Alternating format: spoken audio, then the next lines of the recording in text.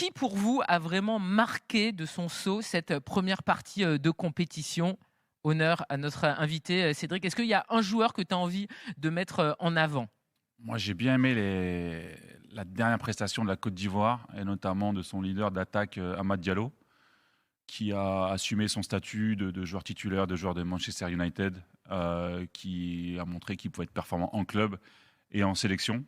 Il n'a pas un grand historique avec cette sélection, mais Il vient juste à peine d'arriver. Ouais. voilà, il a marqué, il est performant, il y a des retours défensifs, c'est un joueur total. Avec Diomandé aussi, son pendant à gauche, l'attaquant du RB Leipzig.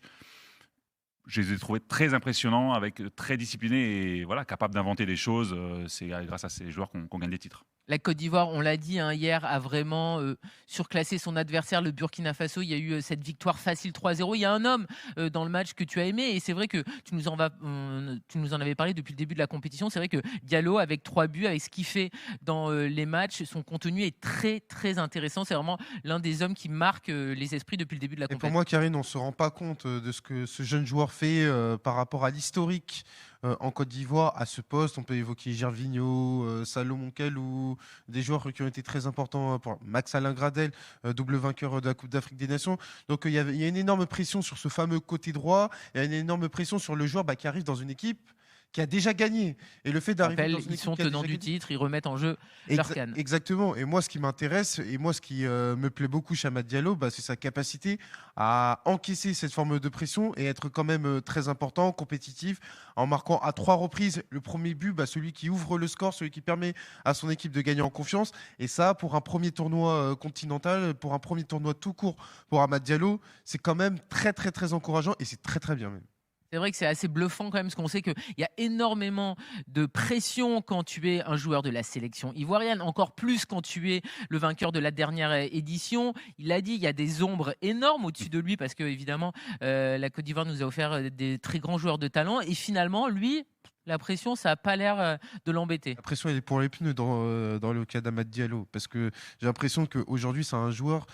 Peut-être que c'est l'insouciance, le fait d'être C'est ce que jeune. j'allais dire. En Voilà. fait, il balade une espèce de légèreté. Comme Diomandé à gauche, ils sont là, ils se font plaisir et en même temps, il prend ses responsabilités. Et moi, ce que j'aime chez lui, notamment sur cette CAN, c'est qu'il n'y a pas énormément de déchets dans ce qu'il fait. C'est-à-dire que c'est un joueur de côté, il sait quand il faut temporiser, quand il faut rejouer en arrière, mais par contre, quand il a décidé d'attaquer, de revenir dans l'axe, de dédoubler, de combiner avec Doué, par exemple, ça finit presque systématiquement par un centre, par une frappe, par quelque chose de dangereux. Donc il y a ce côté clinique qui est assez rare chez des joueurs aussi jeunes avec aussi peu d'expérience. C'est dans la continuité de ce qu'il fait avec Manchester United, où déjà, dans le Manchester United, notamment de Ruben Amorim, avant qu'il se fasse virer, il avait un rôle tactique qui était très important. On l'a quand même vu utiliser en tant que piston. On pourrait se dire qu'en tant que jeune joueur, ça pourrait être très compliqué pour lui, mais c'était même parfois la seule solution pour attaquer le camp adverse. Et ça, avec Manchester United, globalement sur les dernières semaines, il a réussi à le faire et il le confirme avec la Côte d'Ivoire, avec une pression qui est quand même plus importante, parce qu'on parle de la Côte d'Ivoire qui est tenante du titre. Il est arrivé à tirer son épingle du jeu, effectivement, avec l'équipe anglaise, malgré l'irrégularité de Manchester United. Est-ce qu'il y a d'autres joueurs qui étaient attendus et qui finalement sont au rendez-vous, mais qui méritent d'être cités? Parce qu'il y a des stars dans cette CAN, vous n'avez pas encore cité de stars. C'est-à-dire le premier joueur avant la CAN, c'était pas Diallo. Non, on peut On parler de Brahim cité. Diaz et d'Hakimi du côté du Maroc. Hakimi, bon, il a Il joué. commence sa Il compétition. commence sa compétition. commence. Brahim Diaz, qui confirme quand même. C'est un joueur quand même hyper décisif dans une équipe du Maroc qui nous transcende pas en termes de jeu, en termes de contenu, mais c'est un joueur qui change le cours des matchs. Aussi, lui, souvent le premier buteur. Donc c'est un impact player assez incroyable. Et puis voilà, il a attendu aussi comme le Messi du côté du peuple marocain, même si Hakimi reste le meilleur joueur africain. Je pense qu'il répond quand même pas mal aux attentes. On peut parler de Victor Osimhen qui a quand même marqué, ou même de l'attaque du Nigérien avec Lookman, ancien ballon d'or africain.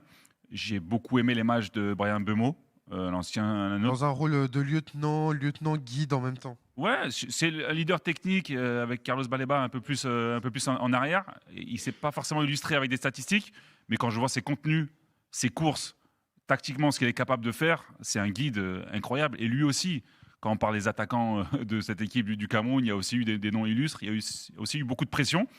Et lui, pareil, en l'absence de Vincent Aboubakar, il a vraiment pris les rênes et il laisse le jeune Kofané, par exemple, ou Eta Young s'exprimer devant. Et lui, par contre, il fait un travail aussi exceptionnel. J'espère qu'il sera récompensé par un but en quart de finale. De ton côté, Elton, c'est vrai que Brahim Diaz était très attendu parce qu'il est marocain, parce que c'est une star, parce que la star absolue de l'équipe était absente. Il a bien pris la pression hein, quand même. Il a marqué également sur penalty. C'est le meilleur buteur d'ailleurs de la compète, on le rappelle, avec 4 buts. Il est au rendez-vous de sa CAN. Et pour moi, Karine, c'est le défi ultime dans le football tout court, c'est-à-dire être le leader technique dans une compétition internationale à domicile. Parce que on se posait beaucoup de questions sur Brahim Diaz et sur son adaptation au football africain, football qu'il connaissait très peu au final parce qu'il est arrivé récemment dans l'équipe du Maroc. C'est son premier tournoi international qui puisait à domicile avec le numéro 10, sans Achraf Hakimi, donc avec une pression qui est encore plus accrue. Et cette pression-là, il s'en est servi de manière positive pour être un joueur qui est le fer de lance du Maroc, qui est un joueur déterminant et qui est un joueur qui est en course pour le titre de meilleur joueur de Coupe d'Afrique des Nations. Si tu veux, Karine, j'avais pas forcément vu venir parce que sa réalité en club était quand même difficile du côté du Real Madrid où il doit se contenter de quelques minutes dans un rôle entre guillemets de joueur de rotation. Et là, cette fois-ci, c'est un rôle qui est totalement différent et un rôle auquel il s'habitue. Il y a un autre joueur qui n'a pas commencé la CAN titulaire, mais selon le parcours de son équipe, je pense qu'il ne peut pas être forcément très loin du titre de meilleur joueur. C'est Mbaye, le jeune joueur du PSG.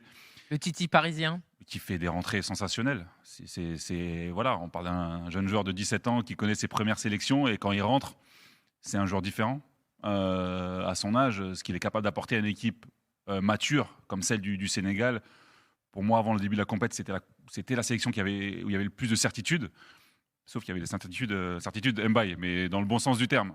Donc c'est un joueur, je pense, j'ai peur qu'il commence face au Mali vendredi.